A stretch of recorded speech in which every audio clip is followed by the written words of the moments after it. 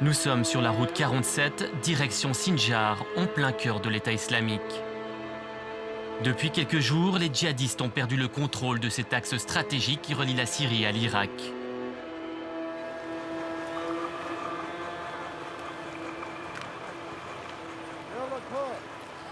Cette victoire, c'est celle du général Ali, haut commandant des Peshmerga kurdes. Nous avons repris notre honneur avec ce succès.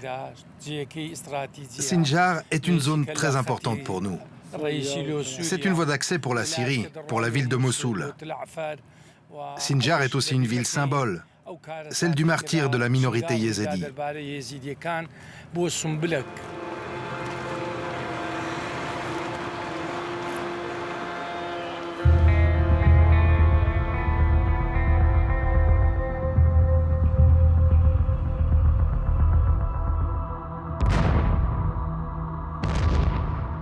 Des frappes aériennes américaines massives, avec le soutien au sol de milices locales Peshmerga, la stratégie des Occidentaux a fonctionné.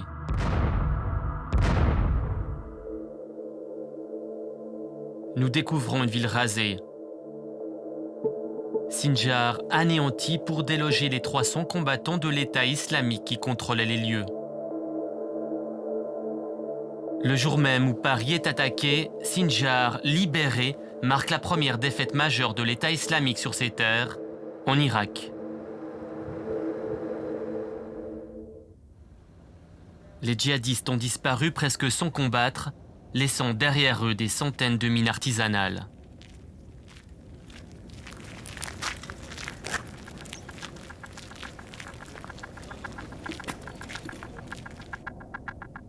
Dans une autre vie, ce père de famille était ingénieur. Le major Hussein fait partie des unités spéciales de déminage des Peshmerga.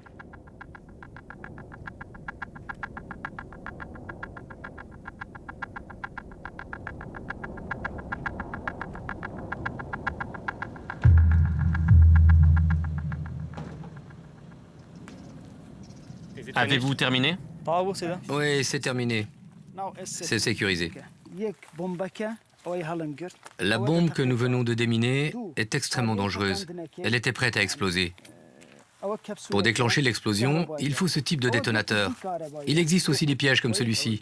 2 plaques d'aluminium qui, dès que vous marchez dessus, il y a contact et ça déclenche l'explosion. On vient de les récupérer de l'autre côté. Si vous aviez passé par là, vous seriez mort.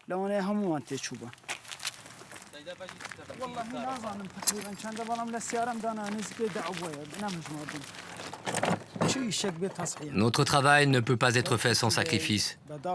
Et beaucoup de mes amis, d'incroyables professionnels, sont morts.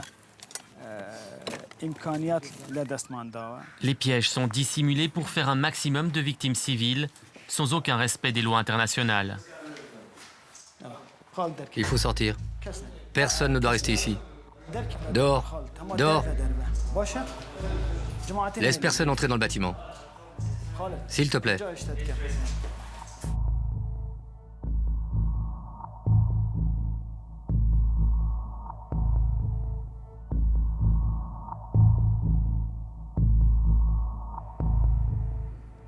Plus de 7500 Peshmerga ont pris part à la bataille de Sinjar. Poussés par les Américains, les généraux kurdes ont lancé leurs troupes au sol dans une offensive éclair. En quelques jours, la ville est tombée.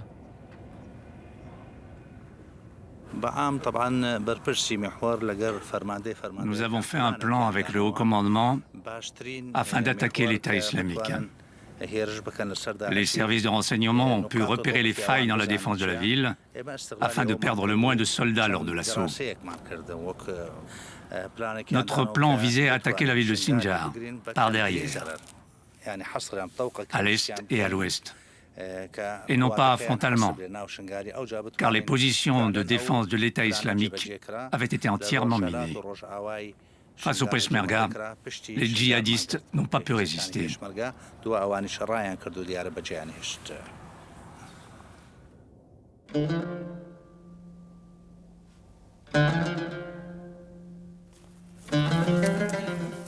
Ici, les djihadistes ont écrit sur le mur « Dieu est grand ». Et nous, on a mis le drapeau du Kurdistan. Ça aussi, ça leur appartient. C'était un drapeau de l'État islamique. Il était sur le toit du bâtiment. Là encore, ils ont écrit « Dieu est grand ». On l'a tracé.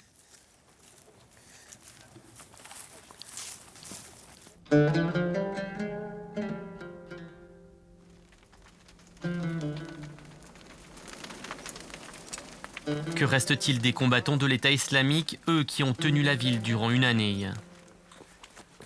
Karzine, un habitant du quartier, a fui peu après l'arrivée des djihadistes dans la ville. Il nous présente un des QG de l'État islamique, dissimulé dans une école afin d'éviter les bombardements.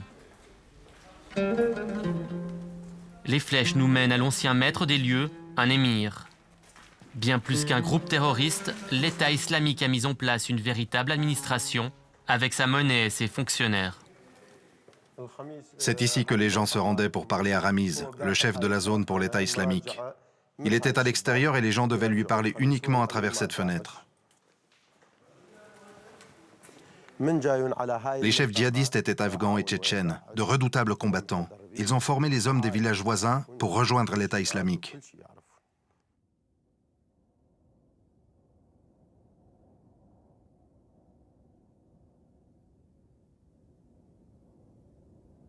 Sous occupation, la ville s'est vidée de ses habitants. Les rares sympathisants restés ont vite déchanté. Ici, c'était une prison de l'État islamique. Ils devaient dormir et faire leurs besoins au même endroit. Ceux qui ne voulaient pas se faire exploser dans un attentat suicide, il y avait d'énormes menaces sur eux et leurs proches. Des agents de l'État islamique étaient chargés de faire pression sur la famille.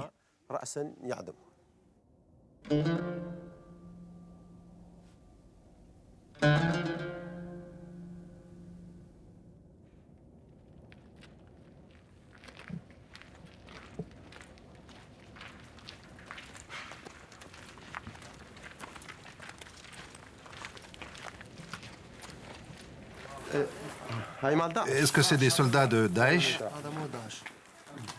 La tête devant vous, c'est pas quelqu'un de Daesh, mais les deux corps à l'intérieur, oui. Les rapports officiels américains parlent de centaines de djihadistes éliminés. Pourtant, la grande majorité a pu s'enfuir.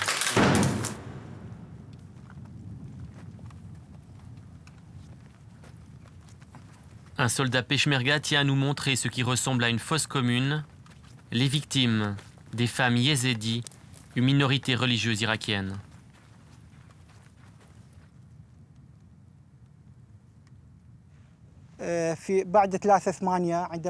L'État islamique a réuni les Yézidis qui habitaient à Sinjar et dans les environs. Beaucoup ont pu fuir dans les montagnes. Mais ceux qui sont restés, on leur a dit qu'ils étaient en sécurité, mais qu'ils devaient lâcher leurs armes. Plus tard, on les a menacés de mort. Puis on leur a demandé de changer de religion, de se convertir à l'islam. Ils ont pris les femmes, ici. Ils ont séparé les vieilles des jeunes. Et ils ont tué les vieilles. Puis ils ont vendu les jeunes dans les bazars de Daesh.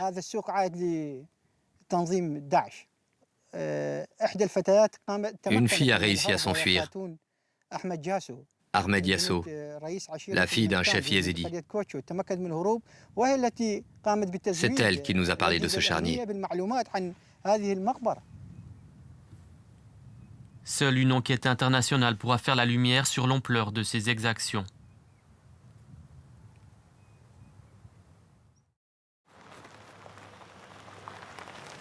Ceux qui ont pu échapper à l'État islamique reviennent pour la première fois. Eux ont tout perdu.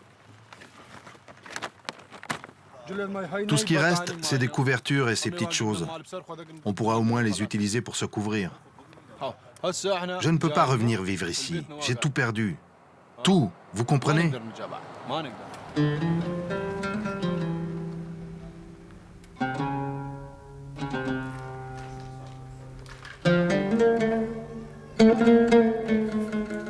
Jalad et sa famille sont les rares habitants à pouvoir revenir dans leur maison.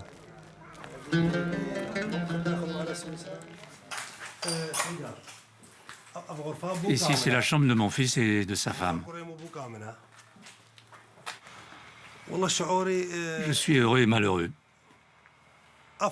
Je suis heureux car je suis de retour dans ma maison, dans mon quartier.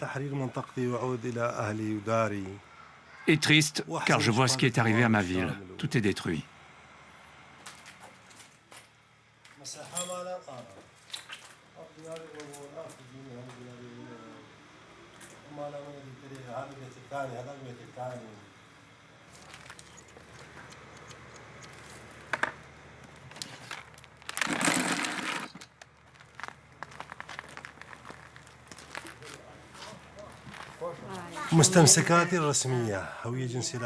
On a perdu tous nos papiers, tous nos documents officiels. Mais c'est rien. Le plus important, il nous reste cet album.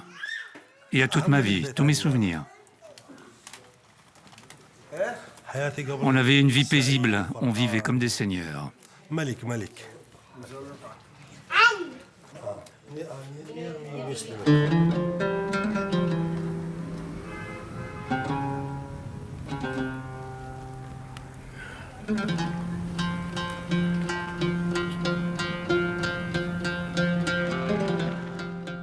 Bonjour, comment vous allez? Sur la route des montagnes, nous croisons Reza, photographe, spécialiste de l'Irak et fin connaisseur de la géopolitique du Moyen-Orient. La victoire de Sinjar, c'est une victoire très importante pour plusieurs raisons. D'une part, parce que la prise de Sinjar, c'était très médiatisé et qu'il y a eu un vrai désastre pour la population. Donc, pour monter le moral de toute la population, aussi bien au Kurdistan et dans la région, mais aussi dans le monde, de dire que finalement, soyez yézidis, ils vont retourner chez eux. Ça, c'était très important. Mais d'autre part, c'est que ça va couper la route stratégique importante entre la Syrie et l'Irak. Donc Daesh deviendrait deux morceaux. Reste une question, pourquoi les avions de la coalition n'ont-ils pas détruit cette route plus vite? Pour eux, c'était facile de couper cette route depuis 2 ans parce qu'il y a une telle possibilité de frappe aérienne et que tout le monde sait que couper une route par des frappes aériennes, c'est simple, c'est une affaire de 24 heures. Or, ça fait 2 ans que cette route est pratiquée et que c'est grâce à cette route d'ailleurs que Daesh il a pu faire ce grand état islamique entre l'Irak et la Syrie.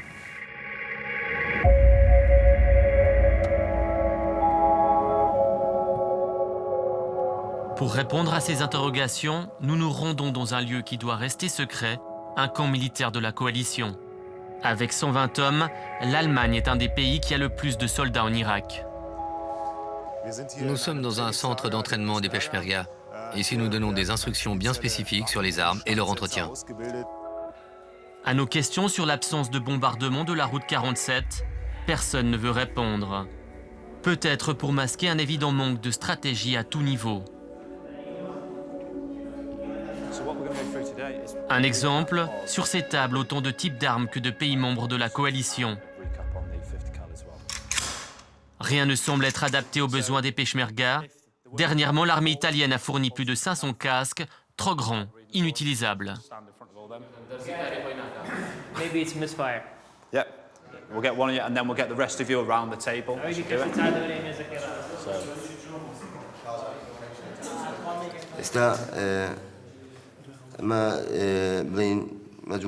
C'est la gâchette.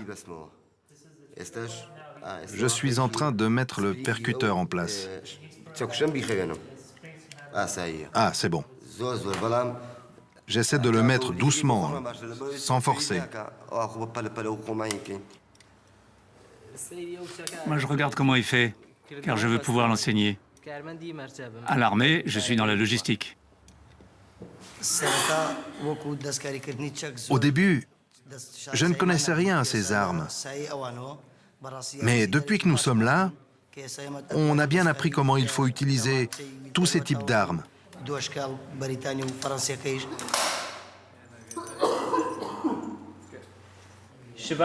5 semaines de cours, un certificat et ils repartent pour la guerre. Chaque acteur, chaque pays impliqué dans ce conflit sait que c'est un combat total. Une guerre qui va durer encore longtemps. La bataille de Sinjar, la ville des Yézidis, est l'exemple parfait du succès de l'intervention au sol des Peshmerga avec le soutien aérien de la coalition. Est-ce que c'est suffisant? C'est une question à laquelle seul le temps pourra répondre. Les attentats de Paris, je crois que c'était quelque part, ça sonnait le réveil peut-être pour certaines forces en Europe, de comprendre l'importance de ce qui se passe ici et de comprendre qu'il faut vraiment prendre au sérieux ce qui se passe ici. Que même si pour des intérêts économiques ou autres stratégiques, on peut laisser cette histoire durer, mais qu'on va être frappé au cœur et assez dur. Donc c'est le moment, je crois, de prendre des décisions importantes et certainement ça va être prise. La France a amplifié ses bombardements depuis les attentats, mais pour en finir avec l'État islamique, il faudra d'autres victoires pour frapper au cœur. Comme Mossoul, grande ville pétrolière, bien plus compliquée que Sinjar.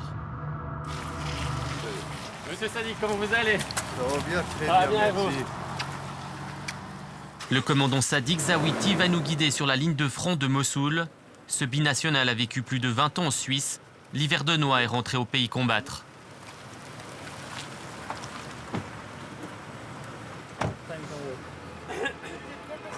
Salam.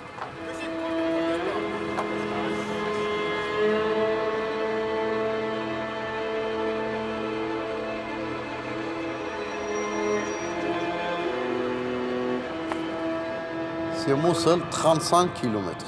35. Vous avez vu? Ouais. 35 km au Mossoul depuis là. Mossoul, deuxième ville d'Irak, est tombée entre les mains des djihadistes en 2014. Dans les rues, l'État islamique fait défiler son trésor de guerre, des centaines de blindés américains récupérés à l'armée irakienne.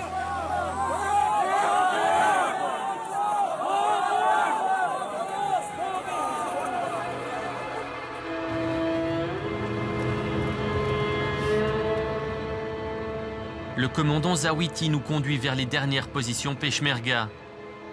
Ici, l'État islamique est à moins d'1 kilomètre.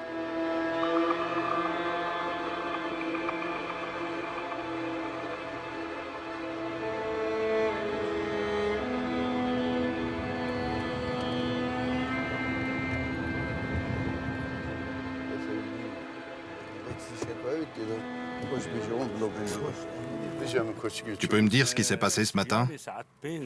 Ce matin, quand je suis arrivé vers 5h30, tout allait bien. On entendait les bombardements de la coalition. Puis vers 6h30, les djihadistes ont lancé une attaque. On a riposté, j'ai également utilisé mon arme, il faisait noir. Ça a duré presque 2 heures, puis ils sont partis.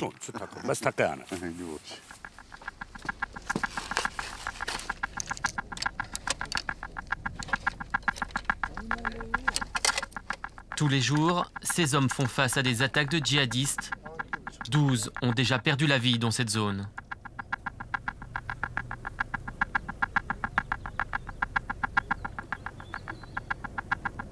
Ce matin, cette position a été attaquée. Ils nous ont tiré dessus. Nous avons répliqué avec nos mitrailleuses. C'était brumeux, j'avais de la peine à les voir. Je suis ici pour protéger cet endroit. La question est très simple. Soit je les tue, soit ils nous tuent tous. Dans son viseur, les drapeaux de l'État islamique flottent comme une menace permanente. Les Peshmerga arrivent même à capter les fréquences des djihadistes.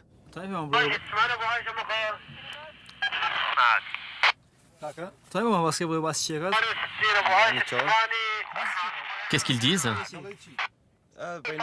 Ils discutent entre eux pour régler un problème dans leur campement. Ils ont besoin d'un docteur. C'est très utile pour nous d'écouter. Des fois, ils planifient des attaques suicides et on peut les entendre à la radio. S'ils nous attaquent avec des mortiers, on peut le savoir grâce à ça. Nous pouvons leur parler, mais on risque d'être localisés.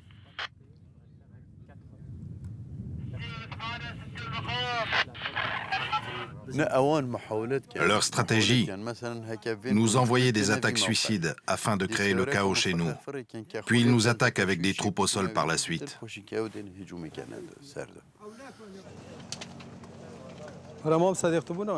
Tenir la ligne de front face à Mossoul, c'est la lourde tâche du général Bahram.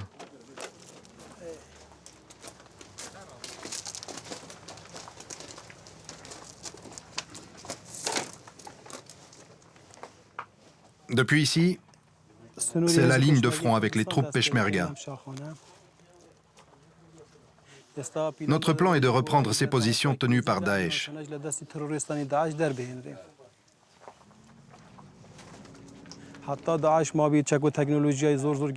Daesh dispose d'armes récupérées en Syrie et en Irak, surtout des blindés américains qui appartenaient à l'armée irakienne. Ils commencent à utiliser cette technologie contre nous. Mon opinion, ils ne perdent pas. Ils sont en réalité dans une situation de force et capables de mener des offensives.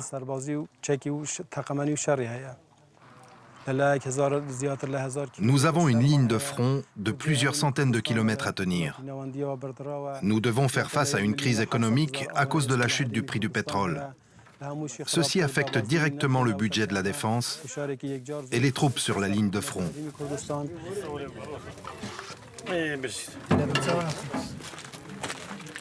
Salaire en retard, dureté du front, les Peshmerga ont les nerfs à vif et ne tiendront pas indéfiniment. Face à la caméra, les combattants le cachent à peine. Nous avons tellement de difficultés.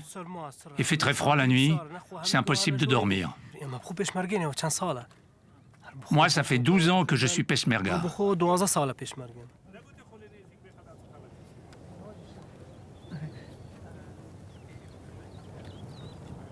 Chef, si je dis quelque chose, c'est mon problème. Ça ne te regarde pas.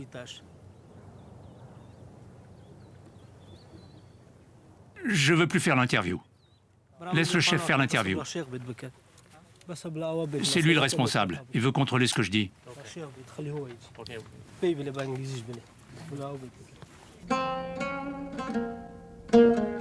Pour gagner cette guerre dans le chaos irakien, il faudrait unifier les milices chiites sunnites et chrétiennes. Il n'est pas question pour les Kurdes d'aller seuls au combat pour Mossoul. Pour nous, c'est très important, c'est le territoire kurde, Kurdistan. Et puis, quand on a terminé les territoires de Kurdistan, parce que c'est très peu, sauf cette région-là autour de Mossoul qui est restée. Les autres, c'est tout ce qu'on a contrôlé. Mais pour les Mossoul, on n'est pas prêt de donner le sang pour les territoires arabes. En clair, l'offensive espérée par les Occidentaux pour détruire l'État islamique n'est pas pour demain. Sans compter qu'à Mossoul, les bombardements massifs sont inimaginables. Dans la ville, des centaines de milliers d'habitants résident toujours. En finir avec l'État islamique, c'est pourtant possible. Couper la finance de Daesh et de trouver une vraie volonté politique et stratégique contre ce groupe qui est tellement facile à mettre à l'échec, tellement facile pour les gens qui connaissent la région. Pourquoi c'est si facile? Parce que l'endroit où il se trouve, c'est un endroit où militairement c'est possible de prendre avec une opération organisée dans très peu de temps. Une fois que les routes d'entrée et sortie sont fermées, comme la Turquie, si la Turquie ferme les frontières, si l'Irak il n'arrive plus à laisser rentrer ou sortir tous ses combattants, et que les forces de coalition, que depuis 2 ans, ils disent qu'on attaque, ils font une vraie coalition. On a déjà vu dans d'autres pays du monde que ce genre de groupes ne peuvent pas résister à une vraie volonté de l'Occident.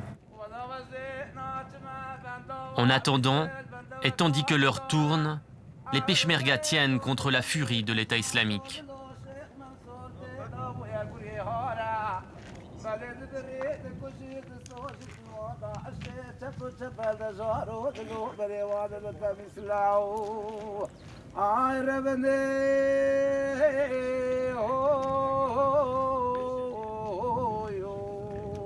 Arabane,